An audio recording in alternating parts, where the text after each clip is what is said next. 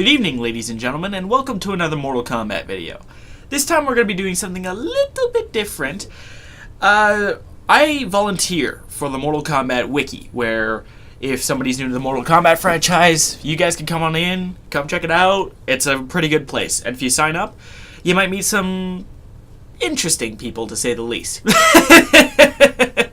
Okay, Wiki guys, I know you guys all too well, so whatever. But I will say, I also write analyses for them. So say, for example, a new Combat Pack 2 trailer comes out. I gotta analyze it. So I watch it 6 or 7 times and review it and check it out, look for the details and the like. I've decided to do something similar, but, because Combat Pack 2 won't be out for a little while, I figured let's do it on concept art for Mortal Kombat X, because there's a lot of hidden stuff in there that some of you guys might have missed if you guys haven't paid attention to the concept art and the like. Including lost features, lost versions of stages, and things that have just changed that, personally, I think would have been kind of cool. So if you guys are wanting to go check out the wiki, please do. I think you'll like it there. And for those of you who are part of the wiki, Riley, Bog, Daryl, and the rest, I know about you guys. I'm just kidding. I love you all. But anywho, let's begin the analysis then, and as always, don't forget to be awesome, y'all. The very first stage we'll be looking at is the Destroyed City stage. I really like this stage, and this is actually the concept art that inspired me to do these video analyses. So let's dive right in, shall we? The first thing we're going to notice is how much it really changed. Originally, a flipped car was going to be showing the end of the stage, and there was also going to be a traffic light that you'd use as kind of like the stump in the dead woods to vault into the air. But what was really, really interesting and what really caught my attention is if you look on the far right, on the top image, you can actually see where it says, "Windows for transition are visible from fight line." There was originally going to be stage transitions in Mortal Kombat X. How they were going to implement it in this game, I haven't the slightest clue. But the fact that they were even considering it kind of felt weird, because that was a little bit of injustice leaking into it, and I'm really glad they decided, nah, that's a bad idea, let's move on. There was also going to be some kind of a lamp pole interactable, probably a traversal thing to get out of the corner, but instead there was another flipped car on the other end of the stage that you can use as a muffler and smash the opponent upside the head with, which was always kind of fun. And on the bottom you can see more of a fleshed out image of the concept art that you will see at the end, the kind of the finalized concept art, which looks amazing. But what is actually rather interesting is that there are several changes that were made. Originally, there was even going to be a train or something crashed into the dirt, and that got replaced with the truck that, if you watch in the background, you can actually see somebody raiding the truck and then get mauled by dogs to death. And what was really neat, especially, was the fact that they decided to include the plane. The plane was kind of a nice touch, even though it wasn't really an interactable or the like. And if you look closely, you can even see where the wing crashed into a building originally on the top. But with the new angle, the plane never really ended up inside of the building, which was really neat. I'm pretty sure that it's still like that in the final art, but if it isn't, then, well, it ain't. But still, the Destroyed City was always one of the most fantastic stages, and I hope you guys agree as well. The next stage we'll be looking at is the Outworld Marketplace. This is one of the more popular stages in Mortal Kombat X because of its interactables, especially poor old Blanche, who ended up getting her own brutalities in the game, which was kind of neat. I just hope she doesn't turn into a playable character in Mortal Kombat 11. That would be kind of an interesting but overall bad idea. Anyways, let's hop into the concept art. And as you can see, wow, a lot was going to be different. As you can see from the top, probably more of a proof of concept than anything else. The fortress was more of a typical medieval castle than a more Asian-style fortress that you would expect out of Shao Kahn, the former ruler of Outworld. And the creatures are very much from Earthrealm instead of from Outworld. Tigers, yaks, and the like. But as the progress changed, things started getting implemented and it started looking more like Outworld. The designs of the fortress more reflected Outworld's warlike nature, and the mill got added in, as you can see at the bottom picture, and a lot of the creatures were made stranger, bigger, scarier. The kind of creatures you'd expect to find in a place like Outworld. Things like tigers and the horn beast that you see in another stage at the Courtyard. But that's for when the Courtyard's time is up. It's time to have a look at the Outworld Marketplace some more. Especially when you have a look at the final piece of work. And wow, does that final piece of work look fantastic with the colors on it. It looks vibrant. This is the kind of image that you would see somebody paint of just your typical day in Outworld. People are going to the stalls to buy stuff. People are carting loads across with their beasts of burden. The mill's at work from gigantic humanoid beasts, and wealthy merchants are having to tangle with thieves and the like. And poor old ladies trying to pet tigers get thrown at people as weapons. That's in the final stage, though. But what's worth noting is that even in this colored image, the tiger wasn't there. So originally, at some point, it might have been the case that the tiger was probably the tiger on the far right, just kind of sitting there. And he got moved to the center of the stage so that you'd have a center stage interactable. Even though I didn't really like the idea of jumping off of the giant killer kitty of doom. I use him every once in a while. But really, we're all here for one reason. Blanche advantage! Listen, I do not apologize for that. It's an inside joke between me and one of my friends, but I digress. Let's get to the Courtyard, shall we?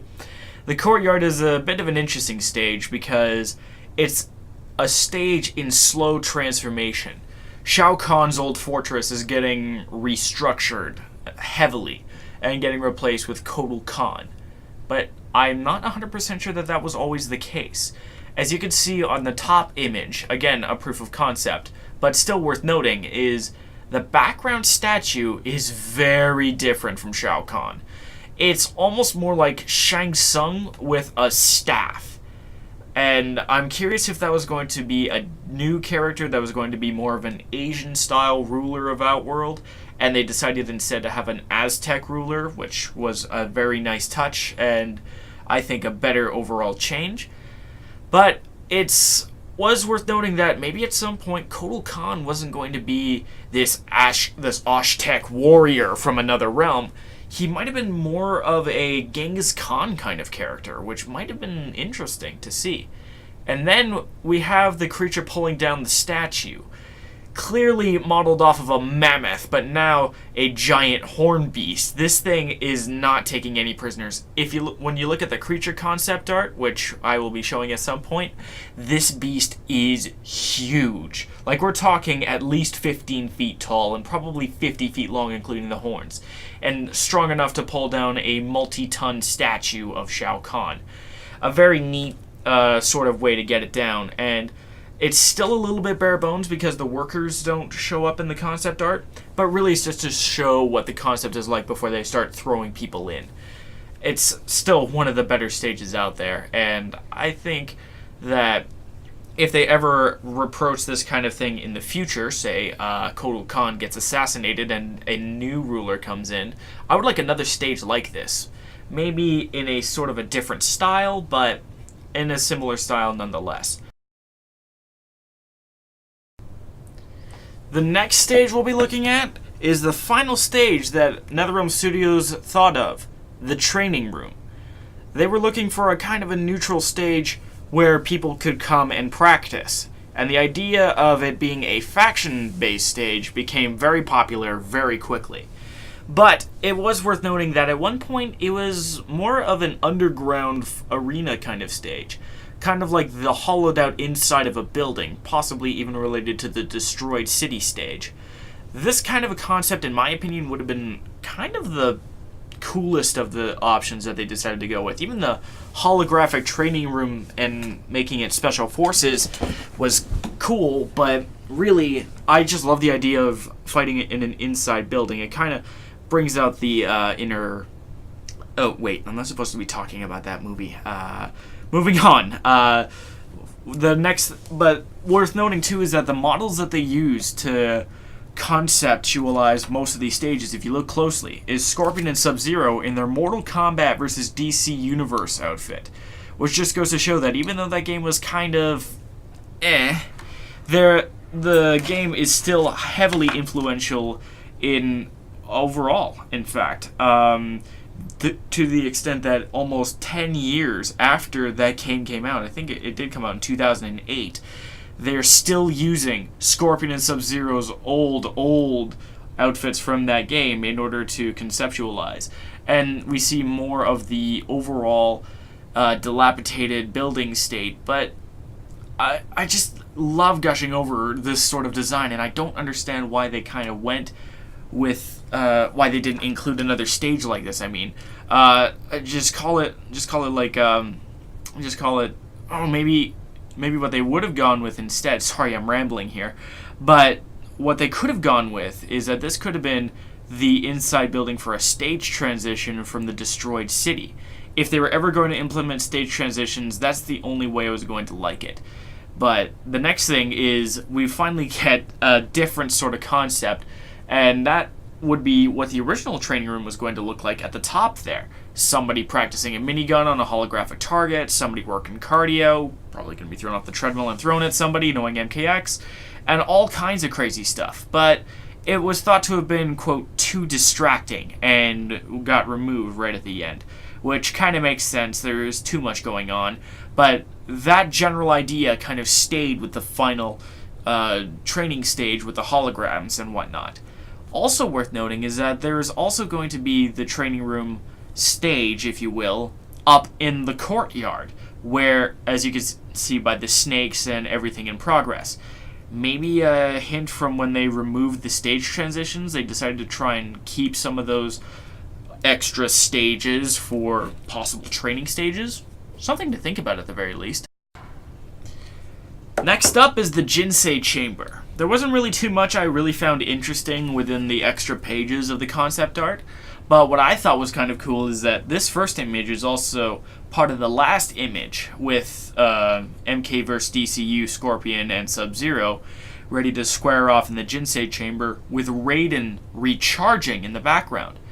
Now, I thought it would have been kind of cool to see Raiden as a background character as well, just kind of resting up after a big fight, and even cooler would have been if you fought as Raiden, he wouldn't be in the Jinsei Chamber, and possibly even used as some sort of interactable, but somehow I really doubt that would have been implemented at some point.